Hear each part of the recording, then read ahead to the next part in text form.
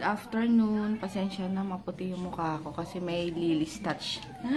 Tapos, ayan ang aking lunch. Tuyo, itlog, sinangag, suka na may sili, tapos coffee, tapos kay DM, ano? Egg. Egg daw siya, egg. Puti yung mukha ko. Tapos, ayun, wala si Papa. Walang ball. Wala si Papa, may pinaayos, ay, pinagawa dun sa sasakyan nila, Mapi.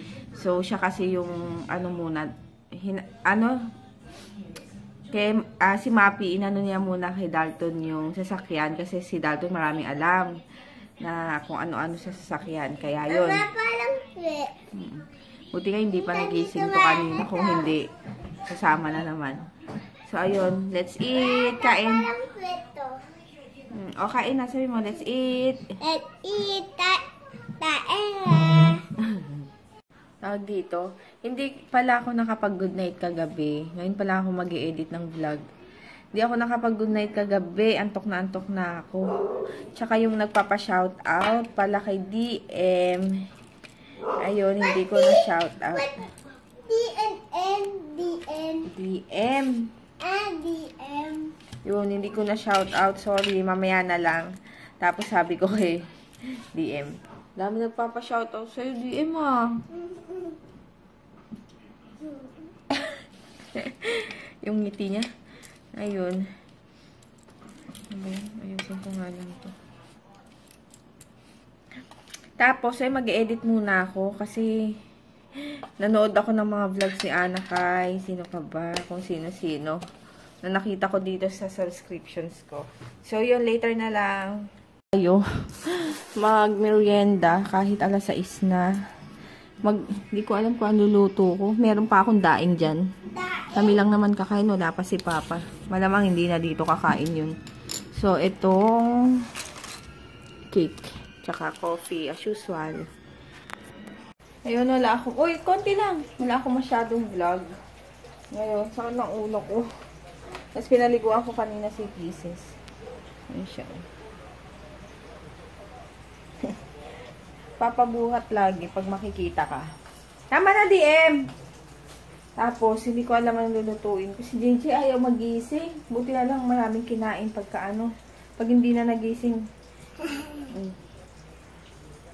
Oh, water. Pag hindi na nagising, hindi ko na, ayaan ko na lang. Kasi, baka, yung tulog niya kasi kailangan niya. DM, hindi ka dito. Tapos, magkakalkal na lang ako ng pagkain dito. Kung ano pa meron na pwedeng iinit. Si DM sausage daw siya. Oh, matapon. Pwede pa kaya ito? May munggo pa. Tabi-tabi. Tanggalin mo yung car mo, sabi ko doon eh. Pwede pa siguro to. Ako lang naman ang kakain. Tapos si Papa. Amayin ko. Pwede pa. Tapos prito na lang ako ng daing na bangus. Ito na yung aking dinner. Ninit ko ulit yung munggo. Sana masarap pa. Yan. Kaso si DM, ayaw ng fish, ayaw ng munggo. Sausage. Ay, nako. Lalagyan kitang fish, ha? Ay, kaso maanghang to. Maanghang pala to, eh. Mali lang, kain.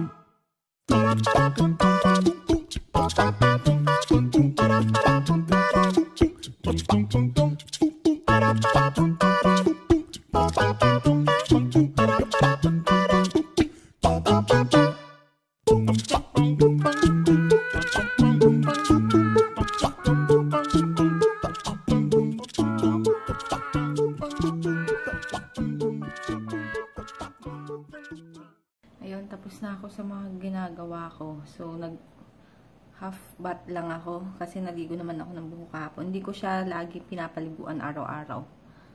Yan, naglagay na rin ako ng Lily's Touch. Tapos si DM, paglabas ko galing CR, tulog na dito.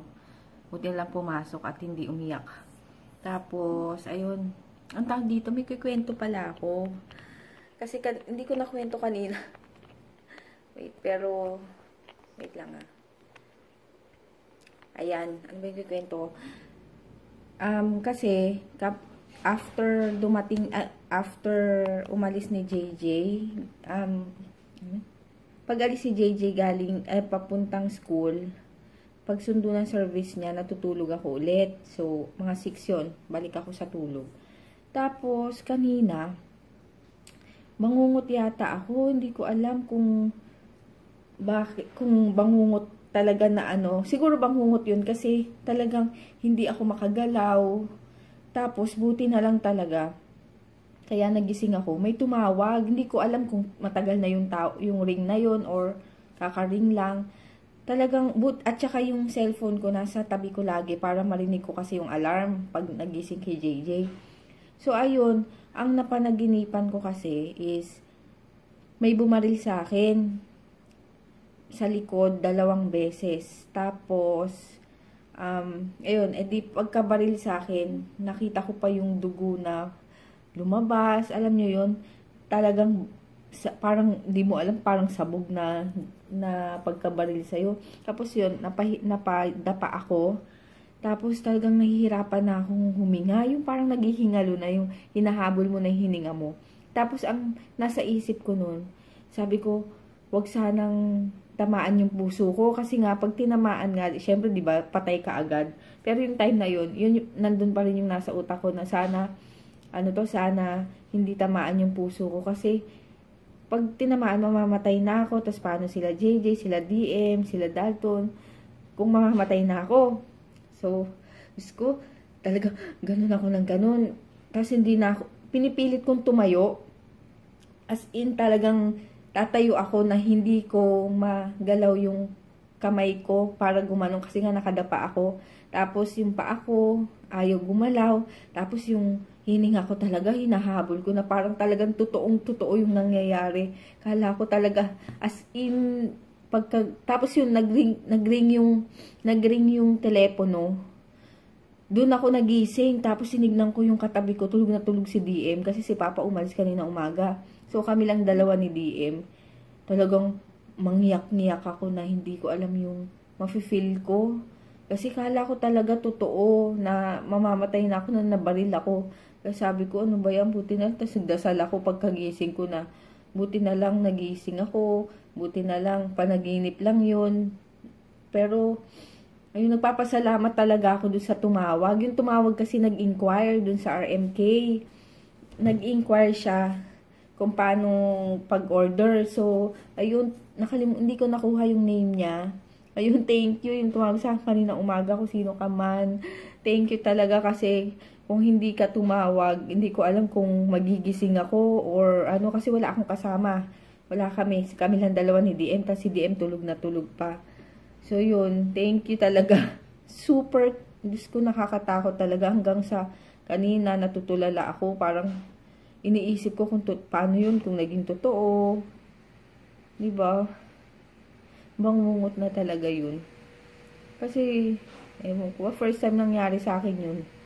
Talagang nakakatakot talaga yung pangyayari na akala mo talaga totoong-totoo. Tapos nung pagkabaril sa yung 2 beses, nakita mo yung sabog ng dugo sa harap mo kasi sa likod ka, parang tumagos. Tapos, sabog-sabog ng... Tapos kapag naaalala ko yun, ay naku, buti na lang talaga nagising ako. Paano kung hindi? Paano kung walang tumawag? Di ko alam kung magigising ako nun. Yun ang iniisip ko kanina. Parang, paano kaya kung walang tumawag, no? Siyempre, hindi ka magigising. Dahil si DM tulog na tulog and ang matulog mantika yan si DM. Ay, buti na lang, Lord. Nagising pa ako. Ayun lang. Hindi naman ako busog para matulog. Di ba ganun daw yun pag busog? Sobrang busog mo, tapos natulog ka.